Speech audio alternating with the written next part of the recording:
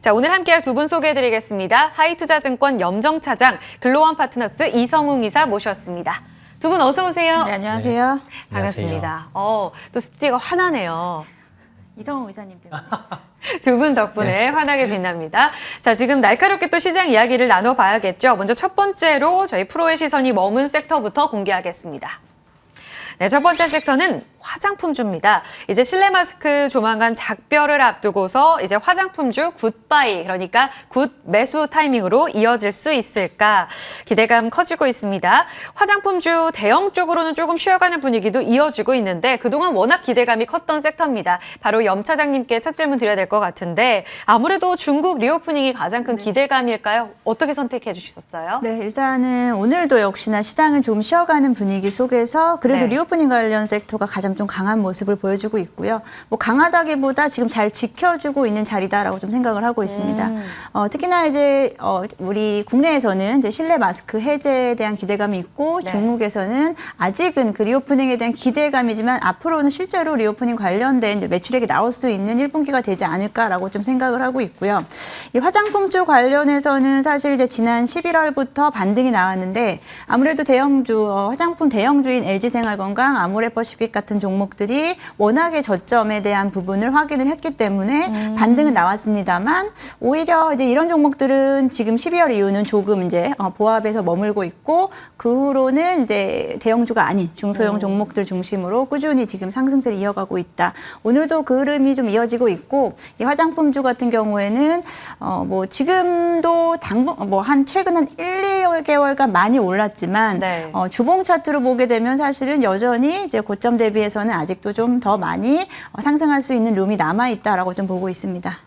실내 마스크 해제도 사실 네. 이제 이미 뉴스가 나왔던 그렇죠. 부분이기는 하잖아요. 여기서 결국은 핵심적인 포인트는 또 중국 이야기를 안 할 수가 없는데 그에 따른 또 리스크도 점검이 필요하지 않을까 싶어요. 사실 중국 어제 GDP 성장률 발표 나왔지만 여기에도 네. 시장이 흔들린 거에 대해서 인구 감소에 대한 이런 포인트를 짚는 보도들도 많이 있었고 또 무엇보다도 지금 단기 비자 발급 제한과 관련해서 춘절 이후에 더 연장된다는 이야기도 있잖아요. 우리가 기대한 것만큼 바로 또 이런 게 실적으로 반영이 안 되면 어떡하지라는 걱정도 있는데 어떤가요? 일단은 이제 화장품주 같은 경우에는 뭐 중국의 지금 비자 발급에 대한 중단이라든지 이런 쪽에 대한 부분이 직접적으로 전 영향을 받을 거라고 생각을 하지 않고요. 네. 화장품은 지금 기존에 한 2, 3년 전만 하더라도 중국 관련된 섹터로 보였지만 지금은 종목별로 다른 흐름을 보여준다라고 생각하고 있고 중국의 비중이 작은 종목들이라든지 그리고 최근에도 매출액이 뭐 지속적으로 코로나 이후에도 지속 성장했던 종목들은 이미 중국에 대한 비중도를 낮추고 뭐 다른 국가, 뭐 미국이라든지 동남아 쪽으로 이미 또 진출되어 있는 이런 종목들이 많이 있다라고 좀 보고 있기 때문에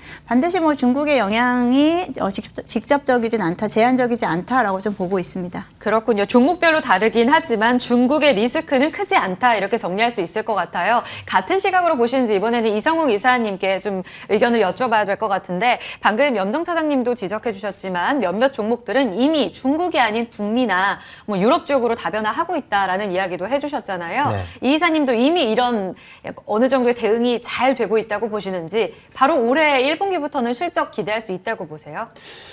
지금 우리가 화장품주가 주가가 한 단계 레벨업이 됐을 때가 중국 시장이 열리면서 거기에 대해서 중국의 그 상위 화장품의 판매가 뭐 아모레퍼시픽, 그다음에 LG생활건강 거기에 해당하는 제품이 올라오면서 네. 실제 그때 주가가 레벨업이 되었다가 그리고 나서 사드로 인해서 이제 주가는 하락이 나왔었고 지금 같은 경우는 실제 지금 판매 같은 경우가 뭐 중국 로컬 같은 경우는 순위가 많이 처져 있는 상황이고 게다가 뭐 해외로 나오는 그러한 수요까지 없다 보니까 주가는 조정이 나와 있어요. 그러면 우리가 과거에 중국 시장에서 우리나라 화장품이 많이 팔렸을 때와 네. 지금과 한번 상위 랭커들을 비교를 해보는 겁니다. 그런데 대부분 해외 업체들 같은 경우가 상위로 올라왔어요. 그리고 중국 로컬의 제품의 퀄리티 또한 지금 올라와 있기 때문에 지금 현재의 주가 수준 같은 경우는 실적이 회복될 수 있는 그 포인트들, 즉 1분기 실적의 회복까지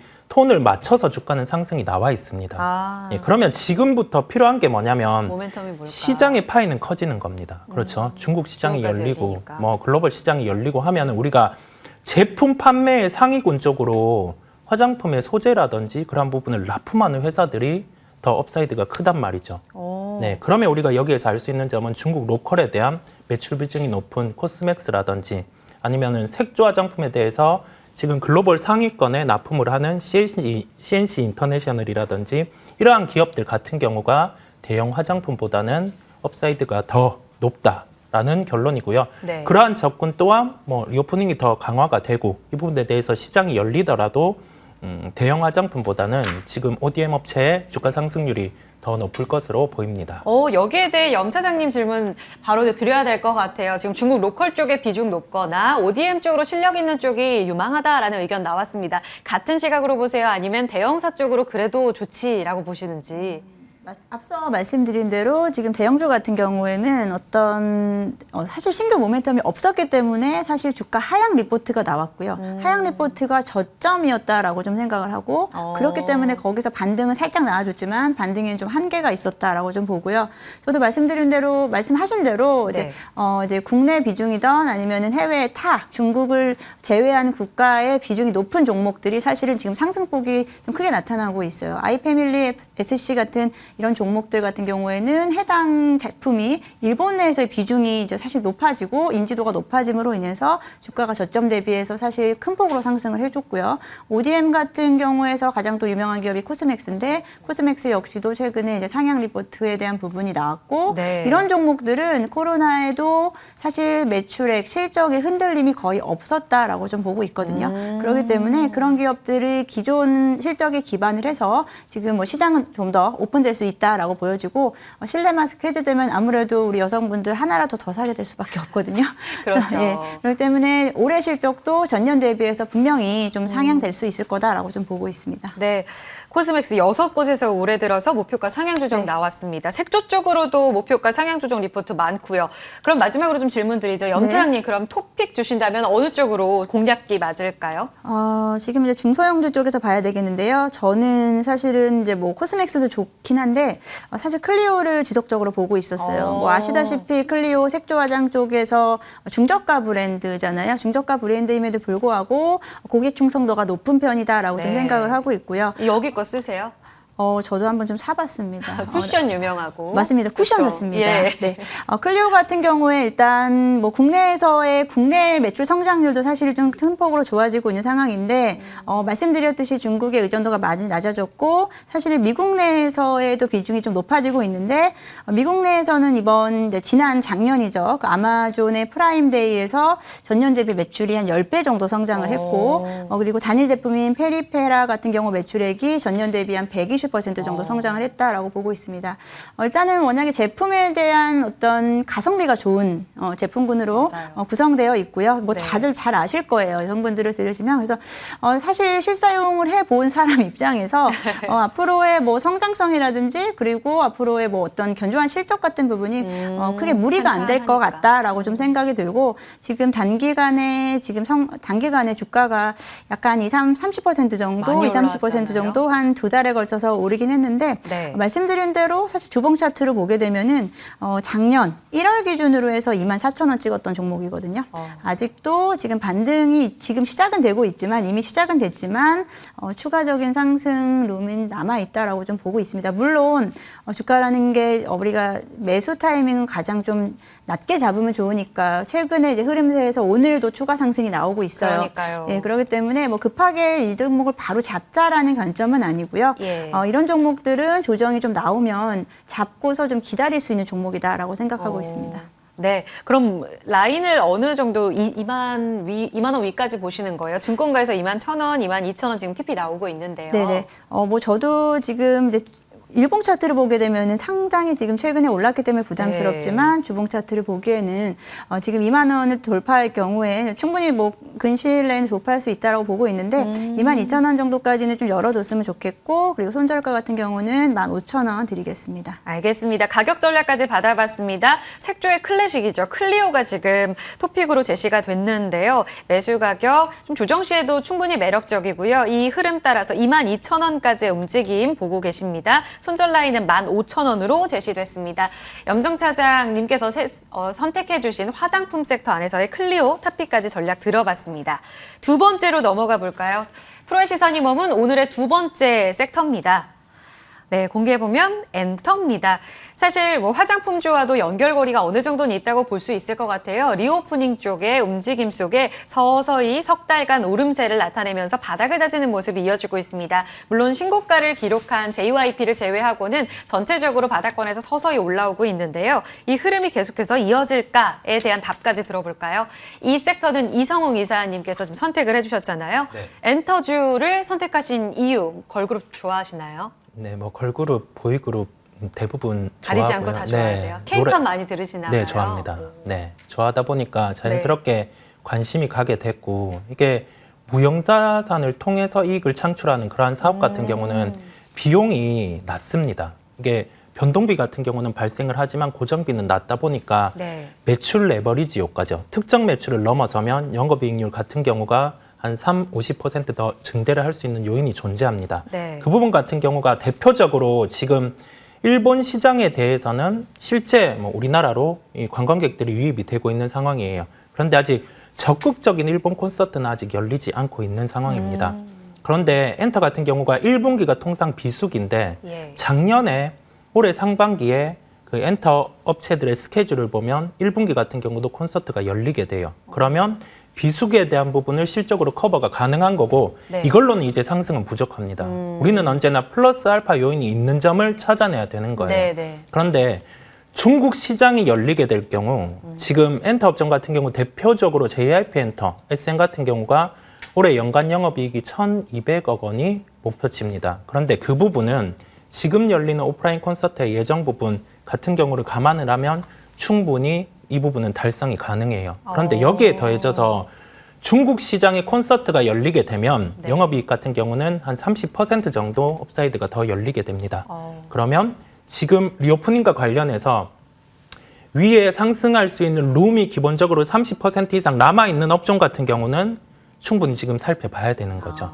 네, 그런 당위성으로 엔터 업종 같은 경우는 뭐 접근을 지속적으로 해야 된다라는 결론입니다. 많이 올라왔지만 업사이드 충분히 열려 있고 그 해답은 중국에서 키를 쥐고 있다라는 말씀이신 것 같아요. 네. 리오프닝 이야기를 처음에도 드렸지만 그러면 중국과 관련해서 우리가 기대감으로 먼저 선방영해서 올라가는데 여기에서 추가적으로 뭔가 하달령 해제가 시원하게 나오지 않는다면 충분히 상단은 막힐 수 있다고 보시는지 여기에 대한 리스크 관리는 어떻게 해야 될지 좀 알려주세요. 맞습니다. 중국의 변수가 나타난다면 지금 뭐 시가총액의 당위성 같은 경우는 좀 할인이 될 수 있습니다. 그렇다 보니까 엔터 업종 같은 경우는 올해 이익을 대입해서 한 상승에 대한 룸은 중국을 제외하면 한 10% 정도 남아 있어요.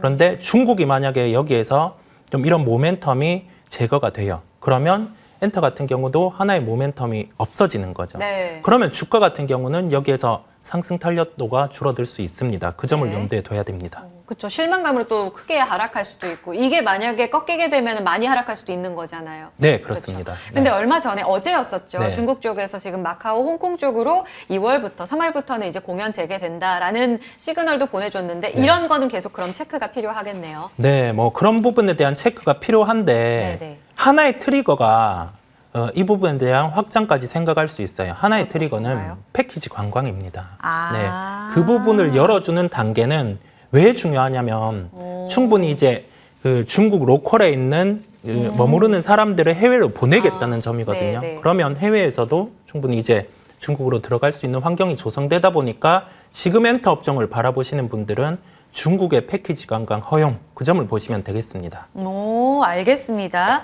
사실 공연 열어주나에 저는 포커스를 맞추고 있었는데 이보다는 중국인 대거 유입될 수 있는 패키지 관광 허용과 관련된 포인트부터 확인하자. 염정 차장님도 지금 엔터 좋게 보시는지 궁금해요. 일단은 종목으로 좀 여쭤볼게요. JYP 엔터테인먼트 같은 경우에는 이미 증권가에서도 너무 좋게 보잖아요. 신고가 뚫고 가고. 반면에 SM 같은 경우에는 온라인 쪽에서 뭐 굉장히 입김 강하게 불어 넣어주고 있는데 아직 부족해 이야기 나오면서 SM은 좀 답답한 움직임을 나타내고 있고 이 핵심적으로 차별화 나타나는 포인트가 뭐라고 보시는지도 궁금합니다. 일단 엔터업종 같은 경우에 제가 가장 좋아하는 섹터 중에 하나입니다. 가장 좋아하세요? 네, 아마 이성훈 기사님은 아실 텐데 사실 엔터업종에 대해서는 뭐 사실 증권가에서 안 좋다고 할 때도 전 좋다라고 얘기를 지속적으로 했었고 엔터업종만큼 우리나라에서 가장 성장성이 높은 지금 섹터가 전 없다라고 생각하고 있고요. 엔터업종 물론 그에 대한 부분이 지금 많이 반영이 돼 있는 주가 수준이긴 하지만 예. 지금 엔터업종을 단순히 지금까지의 어떤 사업성보다는 저는 어떤 기술력이라든지 기술력? 이제 플랫폼, 기술력을 지금 수출할 수 있는 단계까지 왔다라고 좀 생각. 기술력이라는 건 아이돌을 양성해낼 수 있는 이런 이런 부분에 트레이닝 대한 관련된 시스템. 그리고 이제 플랫폼에 대한 이제 강화 등이 이제 글로벌 우리가 이제 OTT 시장에서 국내 콘텐츠 업체들이 이제 선전을 하는 것처럼 마찬가지로 엔터도 마찬가지다라고 생각하고 있고요. 그래서 긍정적인 섹터로 보고는 있는데 말씀하신 대로 지금 주가 수준이 지금 좀 부담스러운 부분이고 종목별로 조금씩 모멘텀이 조금씩 다르다라고 하기 때문에 종목별로 좀 다르게 대응을 좀 해야 된다라고 좀 말씀을 드릴 수 있겠습니다. 뭐 SM 관련해서는 먼저 말씀을 드리면 지금 다른 엔터 업종 대비해서 지금 조정 시기가 좀 나오고 있어요. 네네. 지금 12월 이후로 조정이 나오고 있는 부분은 아무래도 지배구조 개선이라든지 지금 온라인 파트너스 자산운용에서의 앞으로 그에 대한 부분에서 지금 지속적으로 어떤 주주 제한이라든지 이런 부분에서 계속해서 보완책을 요구하고 있는 상황. 한마디로 조금 노이즈가 아직은 좀 완벽하게 제거되지 않은 상황이다라고 볼 수 있고 물론 작년 같은 경우에 큰 성과를 얻어냈죠. 그 라이크 기획과의 계약 조기 종료를 이제 의결함으로 인해서 네. 일단 그 부분에서는 긍정적으로 판단이 돼서 네. 그 당시에 살짝 또 올랐었지만 그에 대한 부분에서는 그 후에 어떤 그 다음 이에 대한 어떤 이슈가 종결되는 느낌이라기보다는 아직은 조금 더 끌고 가고 있는 이런 분위기다라고 좀 생각하고 있습니다. 그래서 SM은 지금 조정을 받는 구간이지만 JYP 엔터 같은 경우에는 지금 보합 자리에 좀 있어요. 한동안 12월 이후에 좁은 박스권 내에서 움직임이 나타나고 있거든요. 한 6만 원에서 6만 4천 원, 6만 예. 뭐 한 7, 8천 원 사이에서 움직이고 있는데 지금 추가적으로 신고가를 나올 수 있을 자리인지에 대한 지금 탐색전이다라고 좀 생각을 하고 있고 예. 여기서 전고점을 다시 돌파할 수 있다라고 한다면 엔터주를 좀 이끌 수 있는 대장주가 아닐까라고 좀 대장으로. 생각을 하고 있고요. 네. 조금 더 이야기해도 될까요? 네, 그럼요. 제가 또 엔터주 중에서 저도 관심을 갖고 봤던 종목이 디어유였거든요. 아, 이건 플랫폼 쪽으로 보신 거예요? 네, 이제 저는 이제 플랫폼 쪽에서도 중요하다라고 생각을 했는데, 네. 지금 디어유 이번에 다 아시겠지만, 디어유의 플랫폼이 이제 버블이죠. 이제 디어유가 이제 어떻게 보면 엔터의 플랫폼 중에 유일한 상장 기업이에요. 네네. 그리고 하이브의 위버스는 위버스. 상장이 안 된 거죠. 하이브에 녹아져 있는 거죠. 사실 이런 부분이 다 매출액에 반영이 되고 있었지만, 디어유는 좀 단독으로 움직였고, 그리고 이번에 유니버스와의 통합을 통해서 매출 성장세가 오늘 연간으로 했을 때 적어도 20-30% 이상 나올 수 있을 거다라고 생각하고 지금 엔터사들의 매출액을 보시면 예. 공연에 대한 부분은 진짜 플러스 알파예요. 지금은 음반 판매량이라든지 굿즈 매출이라든지 이제 플랫폼을 통해서 매출액이 대부분 다 발생하고 있는데 이게 예. 거의 일맥상통한다라고 좀 생각을 하고 있고요. 거기서 플러스 알파 중국에 대한 공연 그리고 말씀하신 대로 인바운드 여행객들에 대한 중국인. 부분으로 네. 국내에서 매출액이 좀 더 발생할 수 있다라고 한다면 충분히 스토리가 계속 만들어질 수 있는 이런 그러네요. 섹터다. 우리가 최대한 낮게 좀 싸게 사기 위해서 그 시기만 보는 것뿐이지 네. 종목에 대한 뷰는 대부분 다 좋다라고 저는 생각하고 있습니다. 진짜 좋아하는 섹터신 것 같아요. 이정우 이사님이 선택을 해주셨지만 염차영님께서 길게 좀 이야기를 해주시면서 포인트 다 짚어주셨어요. 그럼 토픽 디어유인가요? 지금 너무 많이 올랐죠. 아, 그래요? 근데 이제 토픽은 뭐 사실 뭐 몇 종목을 단답으로 다 들어볼 수 있을까요? 일단 디어유는 네. 지금 주가 자체가 한 단계 레벨업 되고 있다라고 보고 있기 때문에 레벨업에서 조정이 나오는 구간에서 다시 한번 매수 찬스를 찾아야 된다라고 생각을 네, 하고 네. 있고요. SM 같은 경우도 지금 조정이 있었기 때문에 매수 여력은 있는데 지금 전체적인 엔터 섹터의 조정은 아니었었거든요. 네, 네. 섹터의 조정이 만약에 네. 한번 온다라고 한다면 SM은 조금 더 기회를 볼수 추가락이 있기 때문에 일단은 좀 시기를 좀 봐야 되지 않을까라고 생각하고 있습니다. 더 하락할 수도 있는 가능성, SM까지 짚어주셨습니다. 이성웅 이사님 토픽으로 여쭤볼까요? 중국 쪽을 이야기해 주셨고 특히 네. 패키지, 그러니까 인바운드 쪽으로 공연 들어오게 되면 이 핵심 포인트 중요하다고 하셨어요. 네. 이런 측면에서 봤을 때 지금 종목별로 다 다른 포인트를 우리 염 차장님께서도 이야기를 해주셨잖아요. 네. 4대 기획사가 다 다를 것 같거든요. 네. 핵심적으로 볼 수 있는 토픽 어디인가요? 토픽은 JYP 엔터를 말씀드리려고 합니다. 왜냐하면 이 부분은 대표적인 라인업 같은 경우가 뭐 콘서트의 진행 그런 부분에서도 공고하게 구성이 되어 있어요. 보이그룹, 걸그룹, 그다음에 신예 같은 경우도 데뷔를 해서 데이터가 올라오는 거 보면 바로 이제 뭐 어느 정도의 뭐 성숙한 단계까지 데이터가 나오면서 그 부분을 공고한 라인업을 바탕으로 해외 콘서트 경험까지 풍부합니다. 그러면 우리가 여기에서 생각할 수 있는 점은 올해 연간 예상 영업이익이 1,200억 정도, 현재 지금 시가총액이 2조 3,300억 원 정도 하고 있어요.